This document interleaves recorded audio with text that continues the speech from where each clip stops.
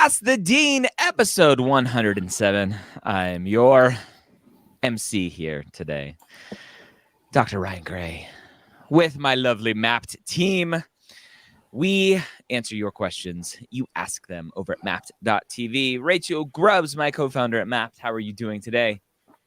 I'm great. I'm so happy to be here. I love Ask the Dean. Me too. Dr. Scott Wright. Hello, hello, hello. The man of many talents. Former director of admissions at UT Southwestern. See how I built up suspense there. Right. Practicing. Former director of admissions at UT Southwestern. Retired executive director of all of TMDSAS. Here to answer not just your Texas questions, but anywhere where you are an expert of the pre-med process. So I'm excited to have you here to help answer some questions. Thank We're going to try to do this Jeopardy style today. So we're gonna listen to the questions, and we'll have to answer them in the form of something. I don't know. Oh, that is not gonna work. What is Rachel is annoyed? Nice. Verinia Granum, last but not least, the queen of the pre-med universe, apparently is your new title. I love it. I love it. I appreciate it. I love it. I think your students would agree. Thank you. I'll take it. Awesome. Former assistant dean in pre-health and STEM advising at Hofstra University. For those of you new here, we take your questions at Mappd.tv. That's our YouTube channel. That'll redirect you to our YouTube channel. That's typically where we'll pull our questions from. So go there, ask your questions. We may not get to all of your questions. If you ask a question over and over and over and over again, we'll ignore it. Bugging us is not the way to get our attention. So we'll take your questions and we'll go from there. So I think we should get started. First question up by the Mcat. Thank you so much, Double AMC, Mr. or Mrs. Mcat, for joining us today. Can you help me understand Casper and when it is ideal to take it? Am I too late? I have already applied. Take it now, as soon as you can. It depends on the school, on how they use it. Do they use it as part of their screening process for an interview for a secondary? Do they use it post-interview as part of their determination? Do they use it just as data gathering? And they don't use it in the admissions process. So, yeah. premedyears.com/303 is a great episode to go listen to. And we also had Dr. Kelly Dorr on National Premed Day last year, 2021, where she talked all about Casper and the new Duet and Snapshot as well.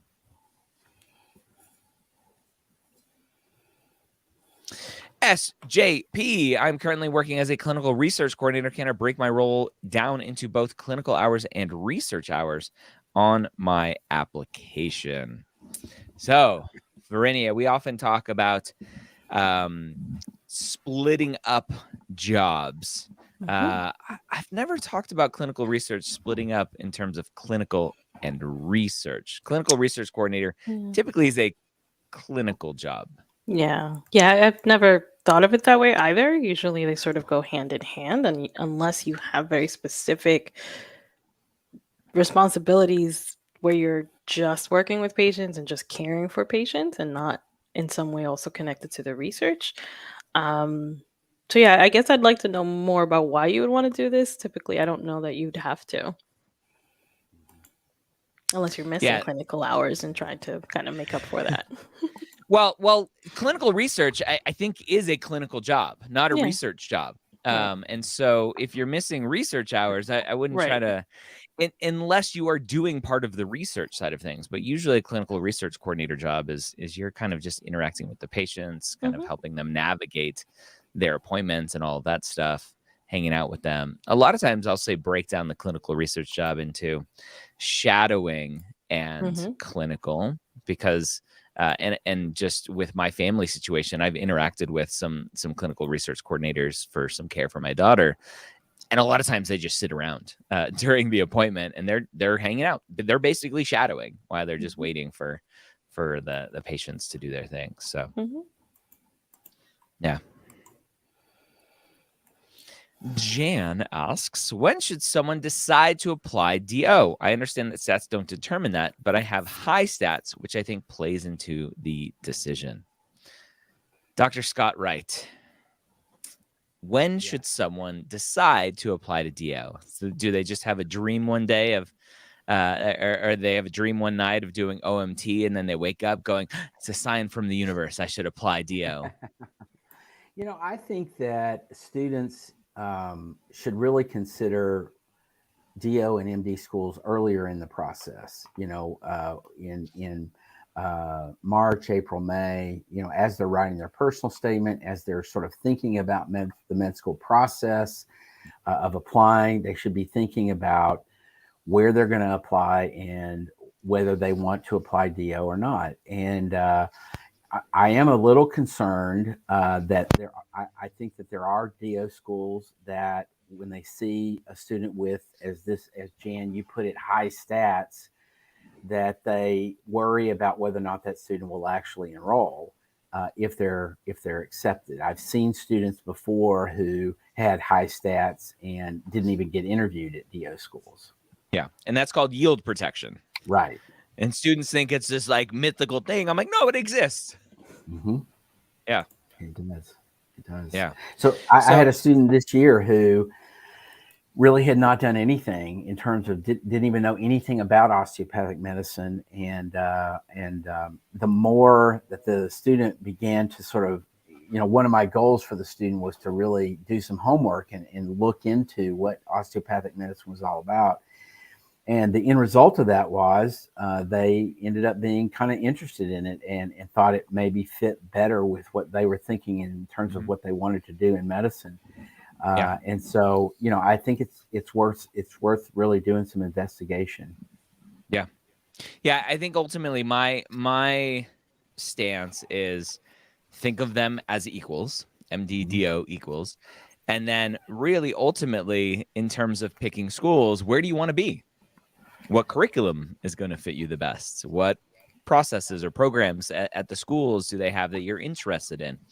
And then look at those things and include DO and MD together in that research and go, okay, this DO school fits everything I'm looking for, so I'm going to apply there. Mm-hmm. And you may potentially, as Scott mentioned, this yield protection is a thing where a DO school is going to go, why is someone with a 520 Mcat applying to my school? Because they understand where they are in the pecking order in terms of the general pre-med perception, right? It's a perception that DO schools is, oh, you go there when you don't have the stats to get into an MD school, which we're trying to fight every day here. But they understand that students have that perception. And so their assumption is if you have the stats to get into an MD school and the rest of your application looks good, that they're going to go, well, very likely they're going to want to go to the MD school because of these perceptions. And so you just in a secondary, potentially in an email, a phone call, maybe, depending on what their rules are, you go, hey, like I'm applying to you. I know maybe you won't take a look at my application, but here's why I really want you to. Mm-hmm.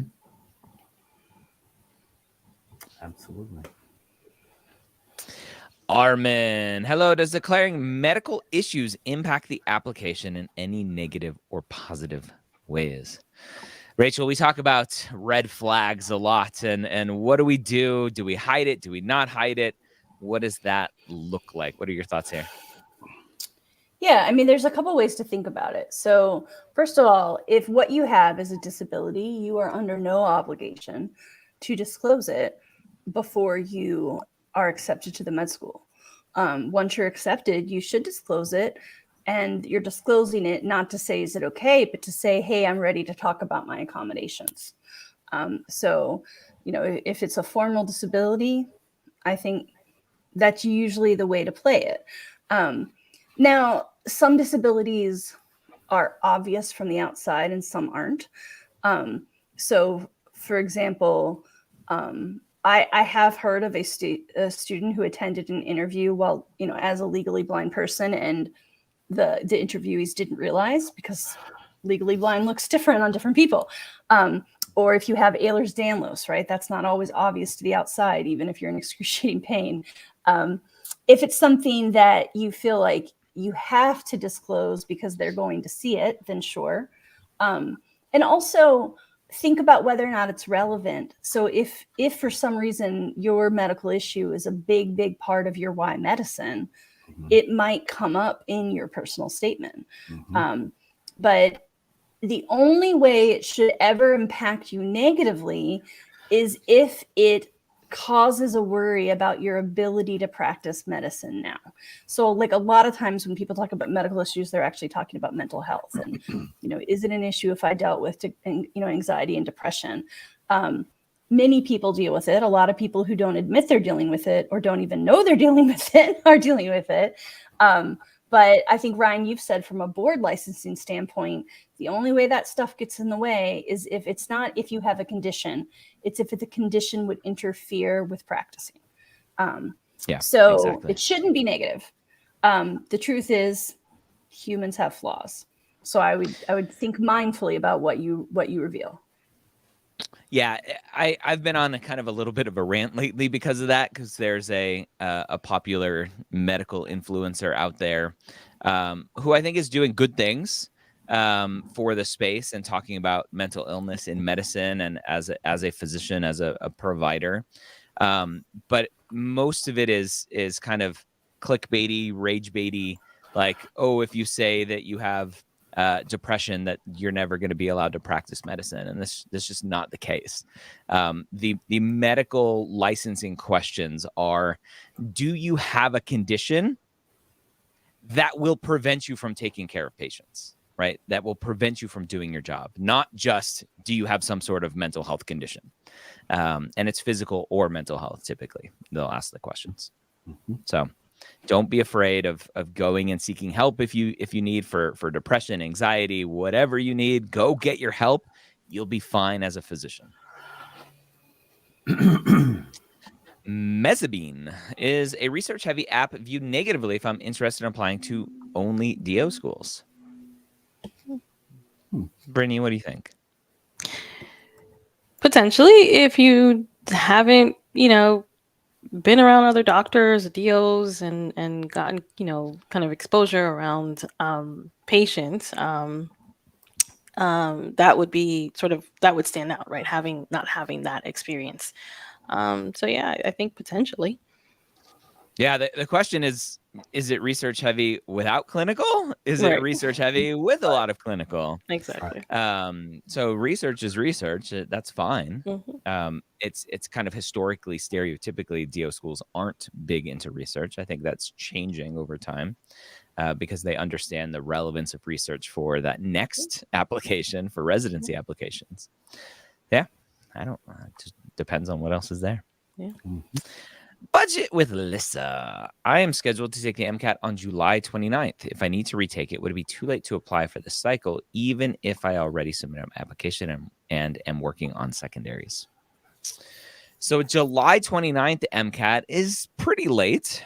If you've applied already, like currently, that's great. But let's work out the math here. You apply or you take the Mcat July 29th. You get your Mcat score back August 29th, right? Hypothetically. And if you go, oh, crap, my score's not good enough, I need to retake it. Were you studying all of August up until when you got your score back? Or were you working on secondaries? Or do you have to re-engage and go, oh, it's not where I want it to be? The biggest mistake I see students make is that knee-jerk, I'm going to take it again really quick, without taking a step back and going, what caused me to get this score that I'm not happy with? How do I fix it? How do I course correct and move forward so that I can get the score that I want and I don't make the same mistake again? So if you take it July 29th, you don't get your score back, I would likely just say, put the applications on pause, take a break, do some soul searching, figure out how to improve moving forward, and go take it kind of January, March, April timeframe for next cycle. OR31, do you need a letter from a DO to apply to DO schools? Yes, for one school. ARCOM, Arkansas College of Osteopathic Medicine, is the only DO school out there, according to the Choose DO Explorer, which I suggest you all go check out. According to the Choose DO Explorer, ARCOM, Arkansas College of Osteopathic Medicine, is the only school that requires a DO letter. Lloyd, can volunteer clinical experience make up for fewer non-clinical volunteer hours? Scott. Okay, I see the question. So I'm like, so the question is, they don't have a lot of like Habitat for Humanity, soup kitchen kind of work, but they have lots of volunteer clinical hours. I think the two are different, and I think that more and more medical schools are looking for community involvement in getting involved in the community in a variety of ways. And so I don't think that I certainly don't think that one can necessarily replace the other. I think it's important to sort of see them as an and as opposed to an or. Yeah.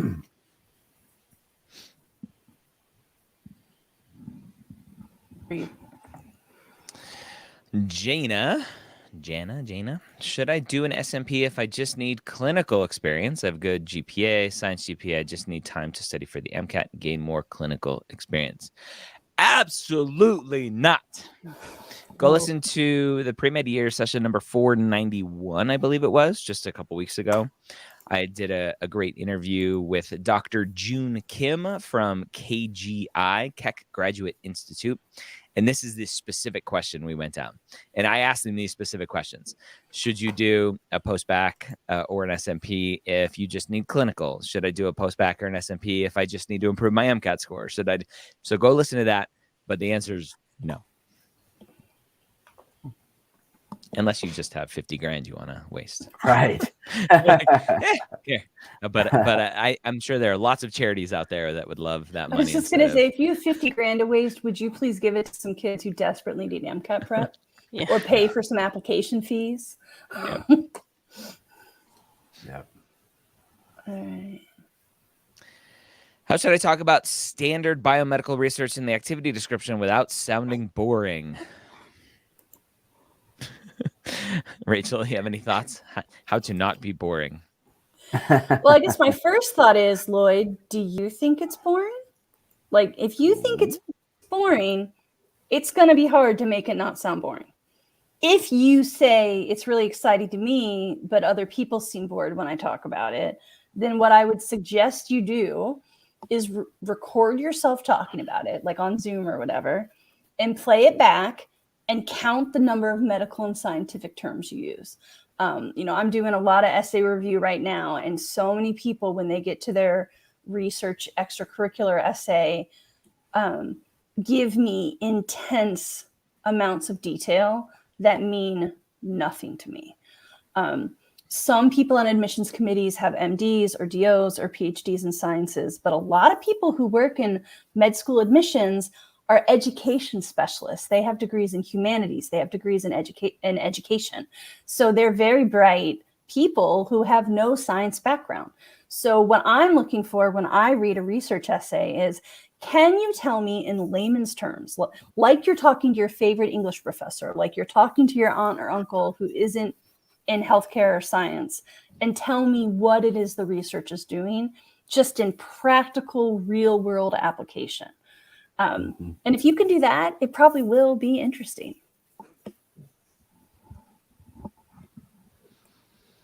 Hopefully. Abenaju, how do you stand out when every applicant is stereotypical? This is the biggest fear that pre-meds have. It's like, well, I have clinical experience. Everyone has clinical experience. I have shadowing experience. Everyone has shadowing experience. I have a 3.7. Everyone has a 3. Like, Scott, why is this fear unfounded? Or is it not? Well, I mean, I think the first thing I would say about that is the key here is telling your story. Tell your story. And if your goal in this process is to be unique, give up right now, because you're not going to be unique. They've seen it all. That they've read it all. There's nothing going to surprise them. Or so I think you have to tell your story. Your story is your story, and you let yourself stand out in how much you are able to reflect and to tell the meaningful parts. Yes, everybody has done clinical work. That's the what. That's what I call the what you did. What you're really emphasizing in your application is the so what. Why was this important to me? And that's where you differentiate yourself from others, where you really tell the story about a patient encounter, and that you then talk about why this was meaningful to you, what you learned about medicine, and what you learned about yourself in that interaction. Yeah. And that's really the biggest thing. There are advisors out there that will talk about selling yourself and talking about your competencies when it comes to being a physician, or what you think is going to be necessary to be a physician. And to me, that gets into the cliche territory, because it's like, well, I'm dedicated, I'm hardworking, I like science, I'm a leader. And it's like, okay, like I can say all these buzzwords too. But when you actually, ideally, hopefully right from the heart, and say, hey, like this experience is what's motivating me and driving me, because of the experience of my mom and what doctors did for her. And now I'm able to kind of have those same experiences, and it's just really exciting. Then it's all about you and your experience, and not just like, oh, I think I'm hardworking enough to be a doctor. That's what it's all about. Mm-hmm. What's up with those H's? So that's how Scott says it. He says it's not the what, it's the so. Say what way? I heard it too. Wait a minute. Scott. Let's take a turn. Wait a minute. What are you talking about? Yes. Well, you did it differently. You usually do an HW, not a WH, my friend. Yasheen. Hi, is there any way to tell if a public in-state school might be more receptive to an out-of-state applicant? Vernie, what tool is out there that students can use to find this information? Are we talking MSAR, or are we talking? Yeah, we're talking MSAR. Okay. Mappd has it too. But yeah, the MSAR, the Medical School Admissions Requirements database, that shows you all the wonderful data points regarding medical schools, including out-of-state applicant rates. How accurate they are, we're going to have to, take that on face value. They tend to be. Yep. But yeah, it's self-reported from the school. Yeah, so definitely check that out. Yeah. Mike G, can I come to your medical school? Can send you my resume. No. Why would we post that question? Sierra, I took a semester off for personal health stuff. Will that be visible to admissions, and will I be questioned about it? Better to explain any gaps before they ask. Scott, on some secondaries, schools are interested. Hey, have you had any breaks in your education? Yep. What are they fishing for with that kind of question? I think they're looking for breaks to see what you're doing. Sometimes breaks happen because of financial issues. Sometimes they happen because of family emergencies. So I think they're just trying to get a sense of what, if there was a break, why was there a break? That's how, I don't think necessarily on face value, I don't think it's a red flag or anything. But I do think that they want to know if there's something outside the sort of the typical norm. Yeah. Yeah. So that they'll ask in secondaries. They'll see in your transcripts that you're going to have breaks, and they may ask. So be ready to talk about it. And sometimes, again, you can be as generic as possible. Like, I need to take some time for myself. Haley, hello, good morning. When should we fill out the quote additional comments essay on secondaries. I have a lot that I think could add to my story that is not reflected elsewhere, but I'm not sure if I should. Brittany, we often talk about recommended or optional is not really recommended or optional. It's kind of required. Yeah. What are your thoughts for this additional comments? Anything else you want to tell us type essay on secondaries? Sure. I encourage students to fill it out. I don't like blank responses unless it's something that absolutely does not apply to you. So it's there for you to add anything else that, as you said, could add to your story. It's not reflected elsewhere. Maybe an interesting hobby or something that you've done or an accomplishment that you didn't get a chance to share elsewhere.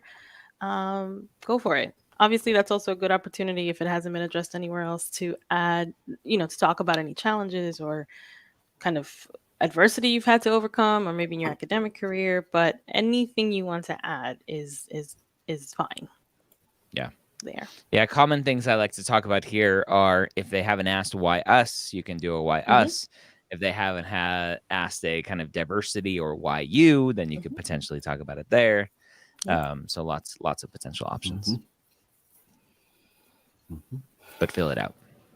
Yeah. Ali, is it okay to apply to both the MD and DO school in the same institution, like MSU? Yes. So there are two schools that I know of.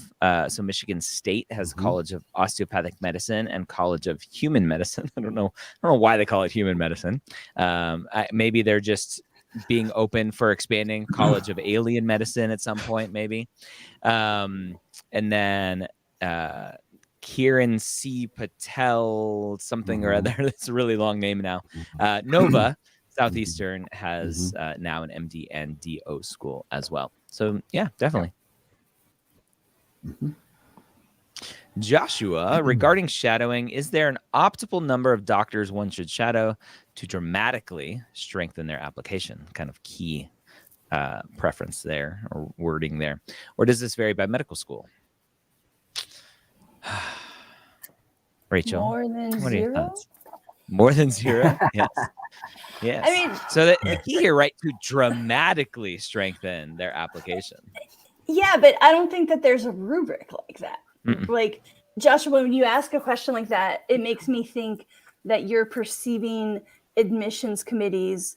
There's 234 med schools in the US with, 6 to 10 admissions committee members per school that change year to year. Like, you're expecting those thousands of people to behave as a monolith. Like, it doesn't make sense to me. Shadowing is really hard to get. If you can get even one, that's great. Getting more is better. If you can only get one and it's a really obscure specialty, that always makes me worry a little. Like, I hope if you only get one, that there's family medicine or interning or ER or something in there where you're exposed to a wide variety. But the good news is med schools accept in-person shadowing and e-shadowing. So if you get one and the one is an orthopedic surgeon, that is super cool and you're lucky, and watch some e-shadowing or one of the many other virtual shadowings out there to round out your experience. I don't feel like I can answer this question the way you're asking it. Yeah. Well, it's actually easy to answer the question. For some schools, they may have it in part of their rubric, because some schools do use rubrics and as part of their admissions process, that says if the student shadowed one doctor, 1 point. If they shadowed 2 doctors, 2 points. If they it's possible that that's part of their rubric. Yep. Do what you can do. Don't try to play a game. Right. Right. Suzanne, hello, my friend. Currently on the wait list at 3 schools. So painful. I'm sorry, Suzanne. One school is truly my number one school, and admissions knows it very well. Would it be smart to reapply to that one school only this upcoming cycle with a similar application? It's kind of hard to know, right? It's like, well, why are you waitlisted? What is their concern about you that has kept you on the wait list? Now, there are 3 weeks left. Hopefully you have some understanding of what that waitlist movement can be in these next few weeks. There is waitlist movement in the last few weeks, even up to orientation day, to the start of actually the real school schedule. Yep. So fingers crossed. Suzanne messaged me privately, and let me see if I can figure out some things to help you out. Suzanne and I have known each other for a long time, so hopefully we can help. So yeah, Scott, anything that you can think about here for specifically this question about reapplying with a similar application to this one school, or anything that Suzanne can do in these next few weeks? Not really anything you can do in the next few weeks, other than just, make yourself as flexible as possible, so that if a school calls and says, "Hey, we've got a seat, you want it," that you can jump and yoga. be there. You need to do difficult, yoga. Depending on yeah. It's actually a myth. You don't need to be flexible to do yoga. No, I said you to get flexible by doing yoga. It's true. Okay, I accept that. I accept that. Sorry, Scott. I threw a joke in there. Anything else, Scott? No. No, you're good. Okay. No. Daniel asks, I will be applying to MD PhD programs next cycle, having spent the last 3 years as a research assistant in a clinical translational field. Will a scribe position be advisable, or should I stay an RA? Clinical. So MD PhD applications, you're applying basically to 2 programs at each school. You're applying to the medical school, you're applying to the PhD program at that school. And so the medical school is still going to want to know why you want to be a doctor. The PhD program is going to know why you're interested in research. So clinical experience is important. Yeah. Iovine? Is there actually 0 benefit to double majoring or minoring? Correct. I'm not sure if I should take in more majors, minors, or focus on taking courses like A&P, microbio, epidemiology, etc. Verinia, majors, minors, 0 benefit, or as close to 0 as possible? Yeah, I was just going to say as close to 0 as possible, unless you really are interested in those subject areas. If that's what you're interested in, go for it. Pursue your interests. Don't think of it as, what's going to make me look better on my application. Just go based on your own interests. Having said that, if you want to take additional sciences, that's okay. You can do that, right? It'll boost your science GPA. Maybe they're interesting to you. But really go based on what you're passionate about and what you're interested in. Yep.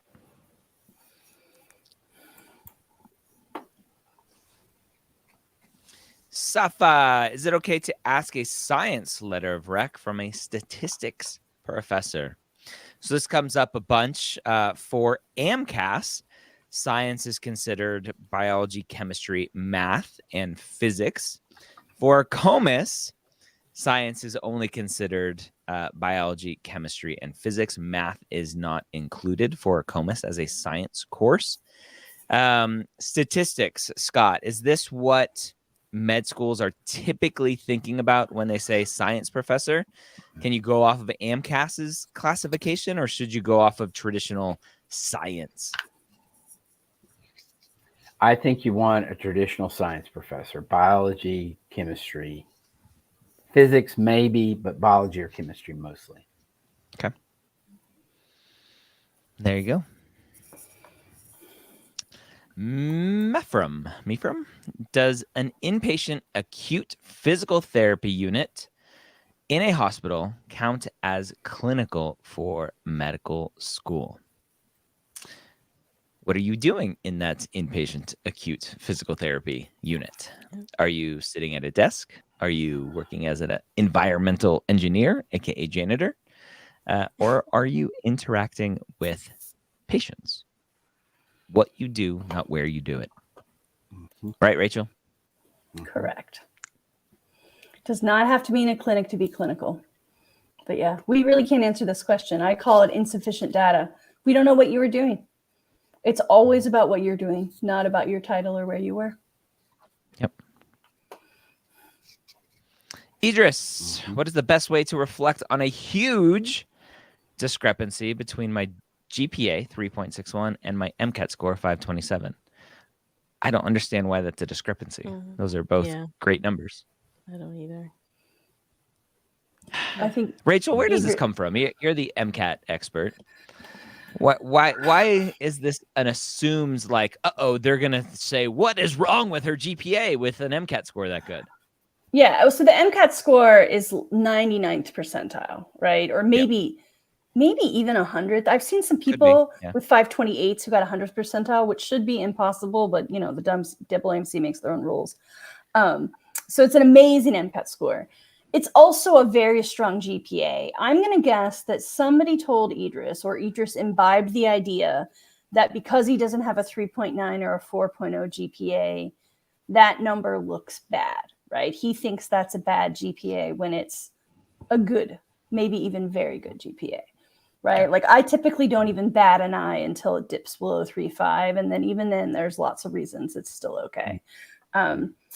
It's also interesting, and I don't want to scare you, Idris, but I'm fascinated that you decided to worry about this, but then decided that it makes your MCAT score look lucky. Like if you were going to be really cynical, I think the cynical thing would be, he must be lazy, right? And again, I'm not trying to scare you, but you want to pick at something ridiculous. Let me make it really bad for you.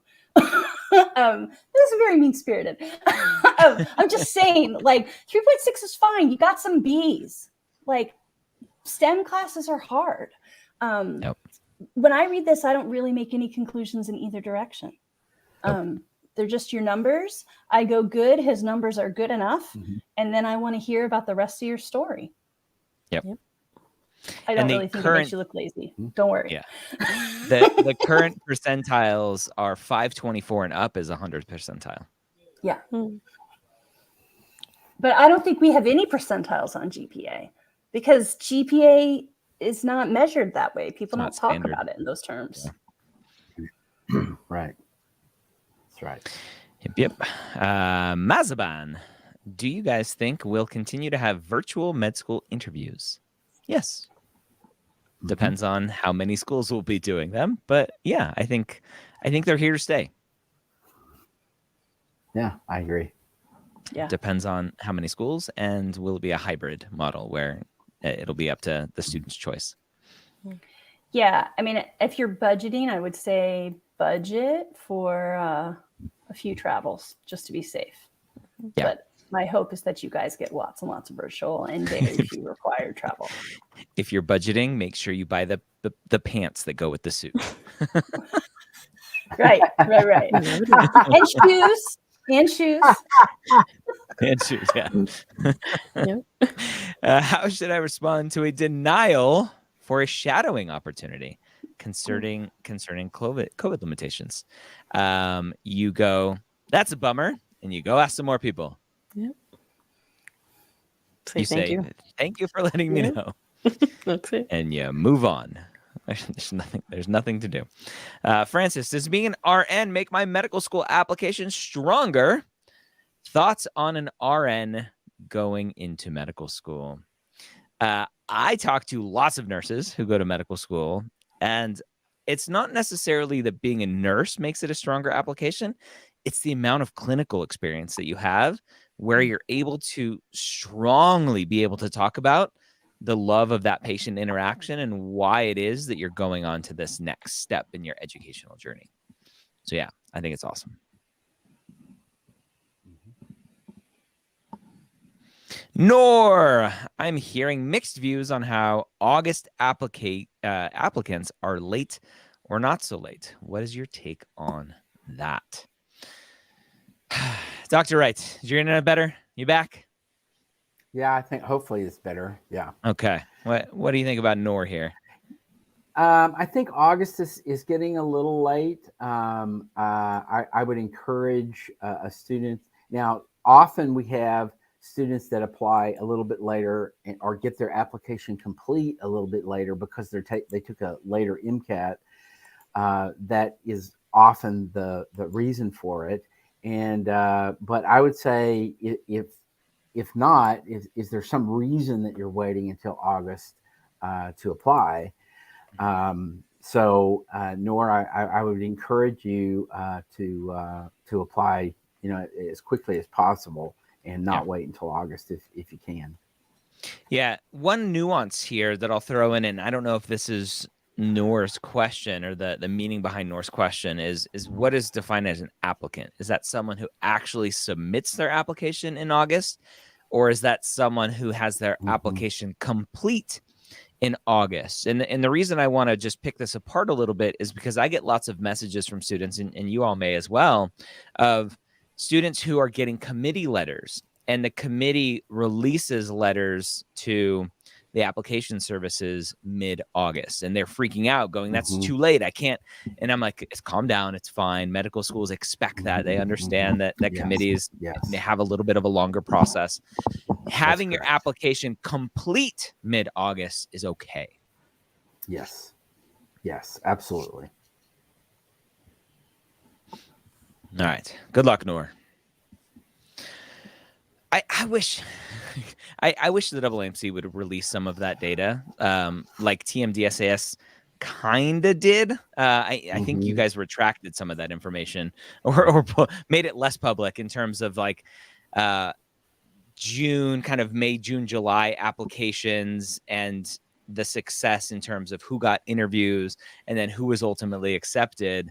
I wish the AAMC was transparent with that, because they have that information of like, we know when the student submitted, we know when their application was verified, we know when they were actually accepted, and if they were actually accepted. The problem is that shoots themselves in the foot of getting lots of students who don't understand rolling admissions and are applying August or October 31st going, haha, I made it by the deadline. So they're going to lose out on revenue, and that's what they care about, and not the student's best interest. Oops, did I say that out loud? Anyway, Rebecca asks, what is technically considered a low GPA, and when would you suggest probably doing a postbac or master's program? Rachel, maybe a good time to talk about Mappd and how we can help a student in this situation. What are your thoughts I'll try to withhold my snark. I was a little snarky in the last GPA one. So Rebecca, it's a hard question to answer because GPAs are relative to their trend.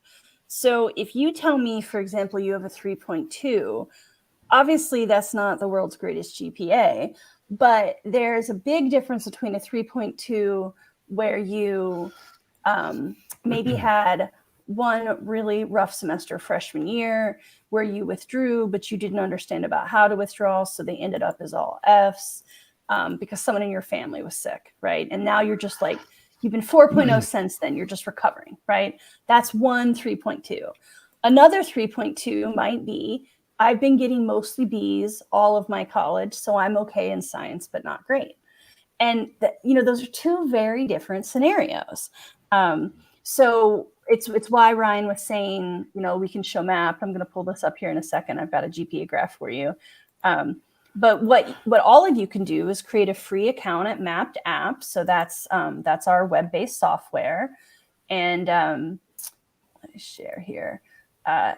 Mappd app there is a Mappd Pro paid level, but Mappd app is free for everyone forever, and it includes a detailed GPA calculator as well as an activity tracker and lots of med school research information. So I'm clicking share here, and then I'm going to zoom a little so you guys can see when you get into Mappd, there's a whole bunch of graphs here, but right now we're just talking about GPA. Go back a little. Can I find one in between those? Okay. So here's a detailed GPA chart. And, similar to the example I just used, the student has a 3.26, and you can see a lot of lines. So the blue line, I'll isolate it. The blue line is the student's cumulative. So that doesn't actually move that much. It's a 3.1, goes up to a 3.3, kind of arcs down. We're not showing here. Not sharing? Well, that was not helpful. Okay, let's start again. Okay, can you guys see that blue line, right? The blue is cumulative. So that doesn't move a lot, right? But if I show science GPA, almost the same. So you can tell this person mostly took science courses because those lines are almost identical. That's the orange. Now I'm going to add the green line. These are grades by semester. And you can see here what happened with this particular student is they started strong, had a really rough term or two, and then came back up.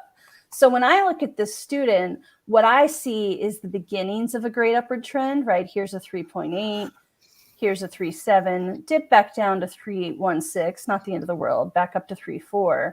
So if this student asked me, hey, Rachel, am I ready to apply to med school? I would probably say, I think to prove to med schools that you are ready to handle the academic rigor that med school offers, that you need to continue to take more undergraduate upper level sciences and just show me that you can stay above that 3.5 line. And it's going to vary, right? There's a million different graphs that can show up. So that's why we encourage you to put all your information in and then look at this detail. This is just on the main page, but I didn't show you yet.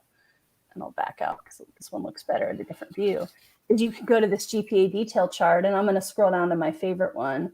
So the very bottom one is class standing science GPA.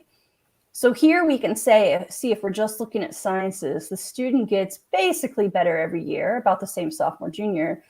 But 3.7, they've only got 2 credits. So they probably took like a tiny little summer lab or something. So what I would want to just see is more credits at this kind of grade level added. And so I can't answer for you because, again, it's relative. But hopefully this is giving you a general idea of what you're looking for. Are the lines going up? Or if they're up high, are they staying up, right?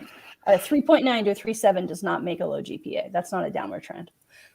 but a 3.0 to a 3.6 is definitely an upward trend.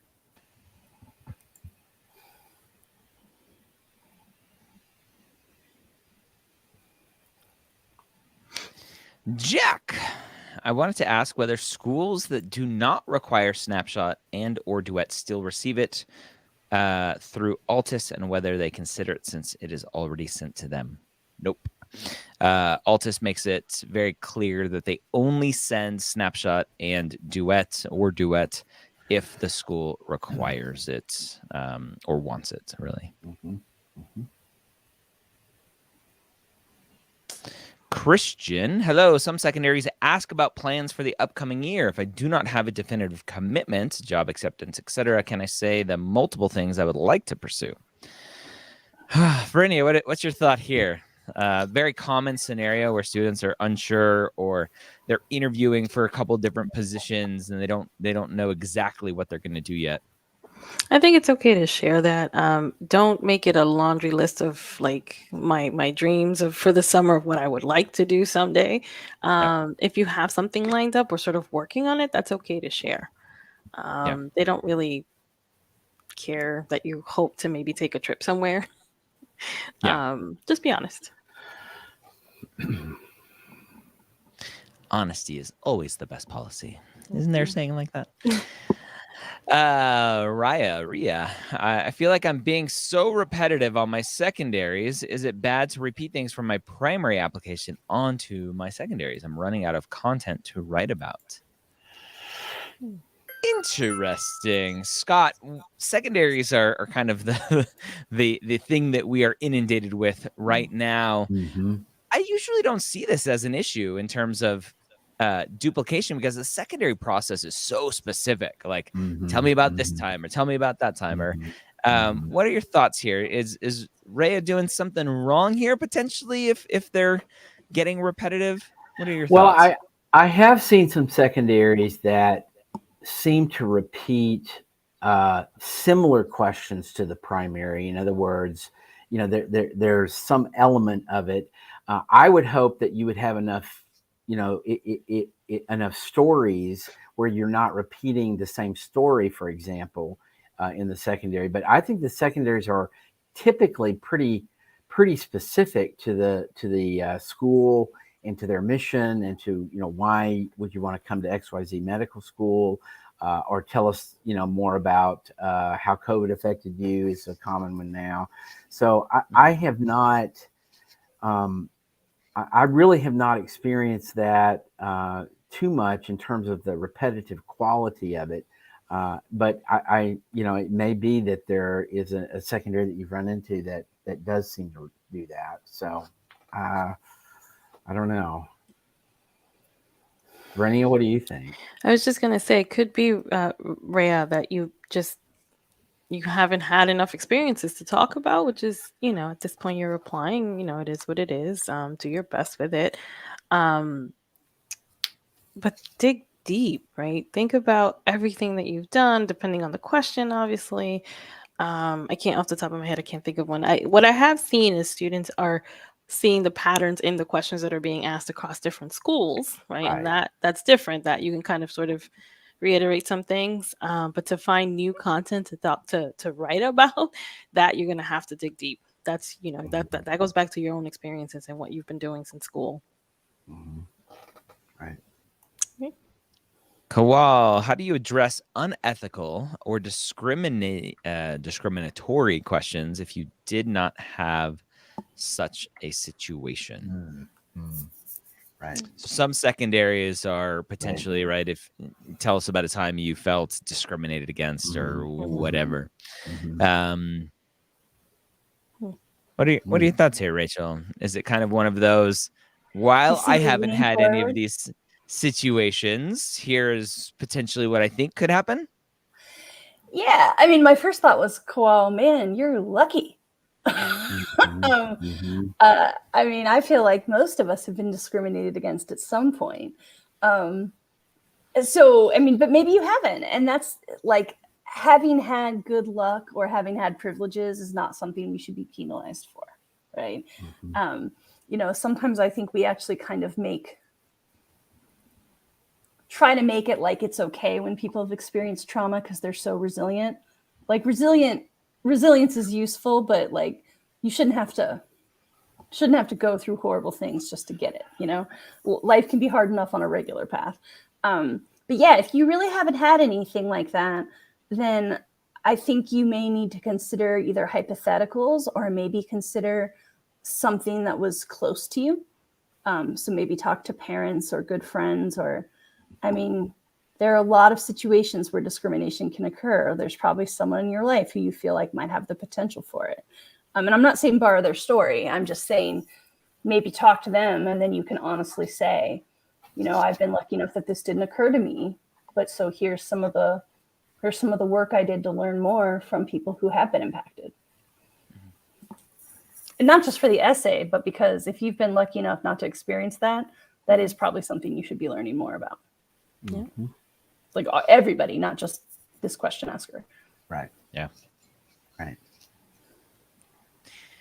Irene, I've had a corporate job during my gap years to financially support my family. I got clinical experience during that time as well, but does my job look bad? Nope. Not at all. Nope. Way to support your family, Irene. Good job. Mm-hmm. And it's okay to talk about it on your application. Sorry. Absolutely. On secondary. And you don't have to relate everything back to medicine. Yeah. Names I want are invalid. Any advice for Canadian students trying to get in? We don't have clinical experience here, but I have old experience as a paramedic. Don't know if I should recertify to get more recent experience.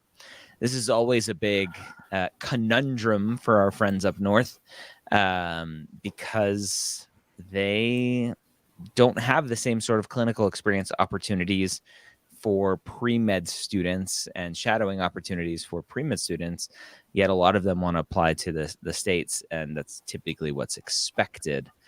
Scott, what do you say to our Canadian friends who want to come here?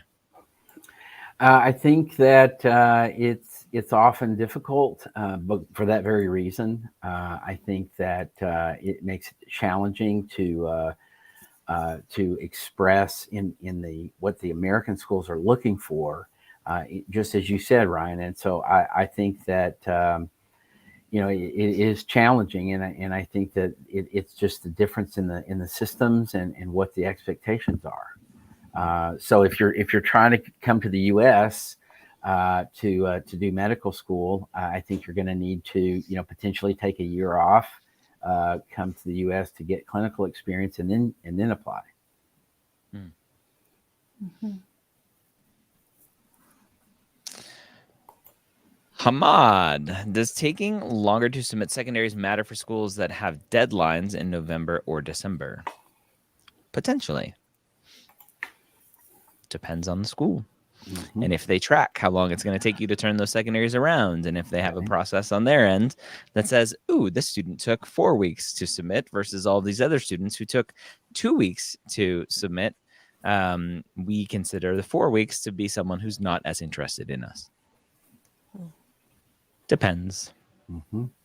Depends. I added a little moving Shire on. Love it. Hoda, do you recommend putting future experiences during a gap year in the activities section of the application? So historically, we would say no. For AMCAS, Scott, TMDSAS has a future activities category or section on their application. But with AMCAS having anticipated hours now, what are your thoughts on like 0 hours for completed, anticipated hours, putting a date range and hours there? Do you think that's what AMCAS wants? I don't think that's what they were thinking when they did that. I think it was the idea that you that it's a process that you've already started and that is going forward. So that would be my sense of why MCAS did that.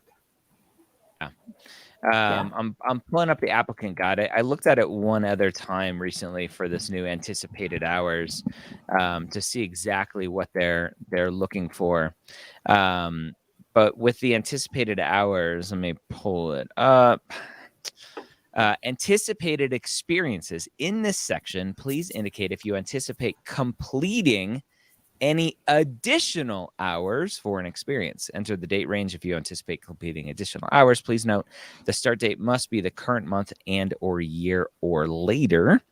Similarly, medical schools require experience end dates to coincide with the start of medical school, blah, blah, blah. So they don't specifically say this can include things that you aren't doing right now, but you're planning on doing in 3 months. They kind of imply that by saying that the start date must be the current month and year or later for those anticipated hours. But it does say any additional hours and not, are you planning on starting an activity? So that to me is like a key word there potentially if we want to like do some critical thinking with what the words here are. So yeah, use at your discretion. Yeah, I think another way to think about it is a lot of people think about listing experiences, listing hours, but the list is not the important part, right? It's not the what, it's the so what. Right. So if it's only a future experience, Hoda, how are you going to write an essay about what it meant to you? It hasn't meant anything to you yet. You haven't done it. So ongoing activity, future hours, that can be an essay. If completed hours are 0 and future hours are, I don't care what number, all you're going to say is I'm excited. Right. So it just doesn't make for much of an essay. See, I think that's why to me, the way TMDSAS does it makes more sense, that there's a whole nother section for planned activities that there's no essays involved. It's just a list of activities that you know, courses that you're going to take or whatever. But it's a whole separate list for that very reason that you suggested there. Well, Texas gets some things right, you know. Yeah, I saw a thing the other day. It said most people think the star in the Texas flag is for that it's you know the best thing or whatever. It's actually a review. It's not the Lone Star State. It's right. The it's actually a review. Wow. It's the 1-star state. I love it. That should be a t-shirt. Right. Premedshirts.com. We'll have it up there in a few minutes. Give us time to make a logo. Well, we are at time. It's late. Yeah, we're late. We are late. Thank you, everyone, for joining us today for Ask the Dean episode 107. Not next week, but the week after, we will have a new advisor with us. So we're excited to share her knowledge, her wealth of knowledge as a former director of admissions at an osteopathic medical school, now joining our team, Courtney Lewis. So we're excited to continue to add more amazing experience here so that you can learn about this process, make your process a little bit better every single day. If you have not gone to mappd.com yet to go create your free Mappd app account, what are you waiting for? Go do that. It's free. And I appreciate all of you. Dr. Scott Wright, Rachel Grubbs, Brittany Granum, thank you so much for joining us and helping these students every single week. There you go. There you have it. Have a wonderful week. We'll see you next time. Goodbye.